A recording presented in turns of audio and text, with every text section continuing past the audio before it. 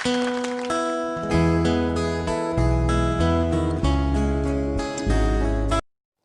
everybody. Today we'll be talking about Article 13, that is bank to bank reimbursement arrangements. Okay.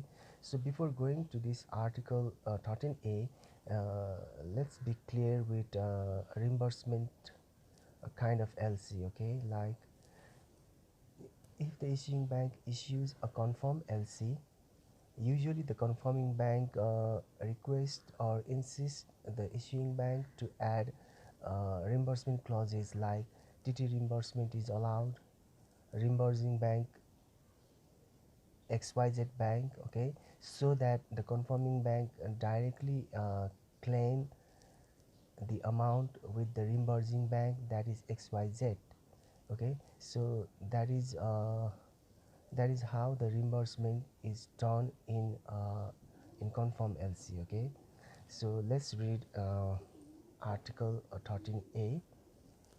If a credit states that a reimbursement is to be obtained by a nominated bank claiming on another party, that is a reimbursing bank, the credit must state if the reimbursement is subject to the ICC rules for bank to bank reimbursements. Okay, so what it means to say is that if the LC is a confirm LC and reimbursement instructions is given there, like I have told before, that the confirming bank, they can directly claim with the reimbursing bank, that is XYZ bank, for instance. Okay, so when the beneficiary presents the credit compliant document, the nominated bank or the confirming bank, they will directly claim the amount with the reimbursing bank if the documents are credit compliant. Okay, and in order to govern like bank to bank reimbursement,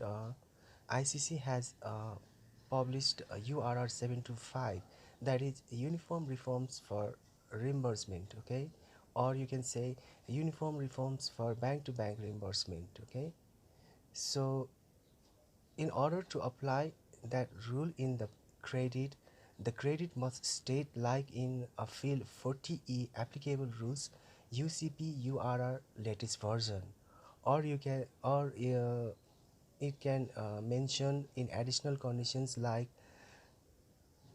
the rule of URR 725 will be applicable for this particular LC. If that is mentioned in the credit, then the rule of URR 725 will be applicable. Otherwise, it will not be implemented in that particular LC. Okay.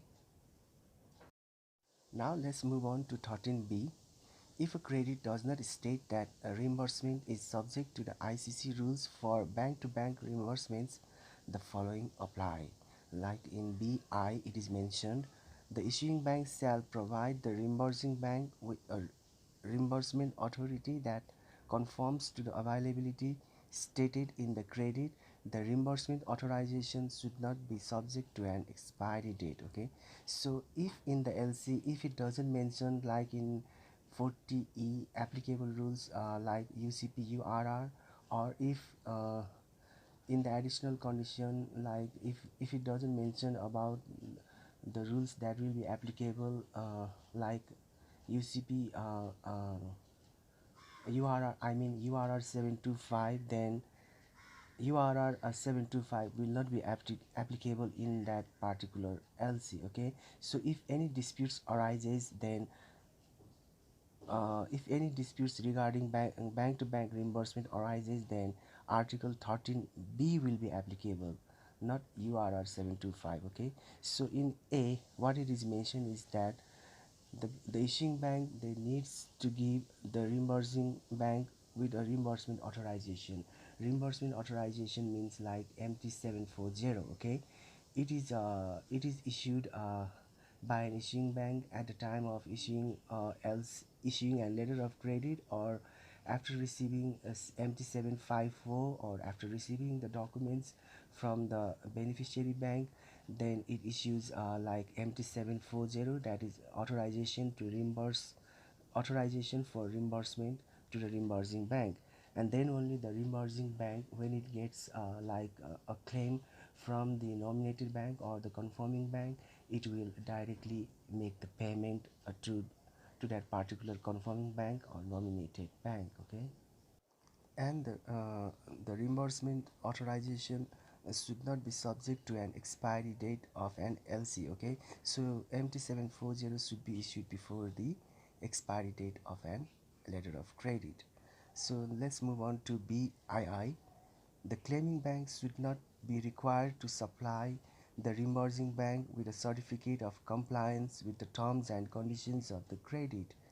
So as I mentioned before, that the issuing bank issues an authorization for reimbursement message, that is MT740, to the reimbursing bank. Okay, or at the time of receiving the document, or after receiving the message from the Benny bank, like MT754, then it will issues MT740. Okay, so after getting that, the reimbursing bank will make the payment to the claiming bank once the claiming bank claims for the amount. Okay, so here, when the claiming bank claims the amount with the reimbursing bank, then the reimbursing bank, without any delay, should make the payment to the claiming bank. Okay, and the reimbursing bank should not uh, need like a certificate of compliance, okay, from the claiming bank. Okay, now let's move on to B3. The issuing bank will be responsible for any loss of interest together with any expenses incurred if reimbursement is not provided on first demand by the reimbursing bank in accordance with the terms and conditions of the credit. Okay, so here, if the claiming bank claims for the document value amount from the reimbursing bank, and if the reimbursing bank is unable to make the payment to the nominated bank, then the nominated bank will claim for the interest for the delay payment, or it can even claim for the expenses like communication charges as well.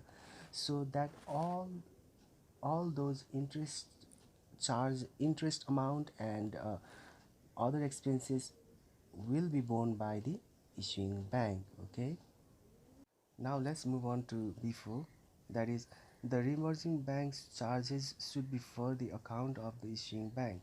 However, if the charges are for the account of the beneficiary, it is the responsibility of the issuing bank to so indicate in the credit and in the reimbursement authorization. Means, if the LC is silent about the reimbursement charges, then by default that charges will be borne by the issuing bank. Okay, but if the charges are on the account of the beneficiary, then that should be mentioned in the credit, and while sending MT740, that is authorization for reimbursement, there in the message also the issuing bank must mention the charges are for the account of beneficiary. Okay, if it is not mentioned, then that charges will be by default on the account of the issuing bank. Now let's move on to the second paragraph of B4, that is, if the reimbursing bank's charges are for the account of the beneficiary, they shall be deducted from the amount due to the claiming bank when reimbursement is made.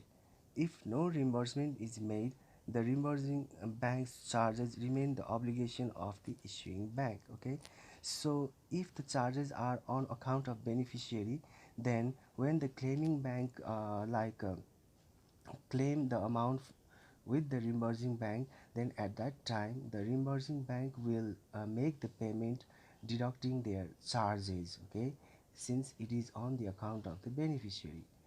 But if no reimbursement is made, if no claim is made from the nominated bank, then the reimbursement bank charges remains the obligation of the issuing bank. Okay, if no reimbursement is claimed, then the charges, reimbursement charges will be on account of the issuing bank, even though the LC clause or MT740 mentions like the charges are for the beneficiary, that charges will be on account of the issuing bank unless and until the reimbursement claim is made from the claiming bank. Okay, now let's move on to 13C, that is, an issuing bank is not relieved from any of its obligation to provide a reimbursement if reimbursement is not made by the reimbursing bank on first demand.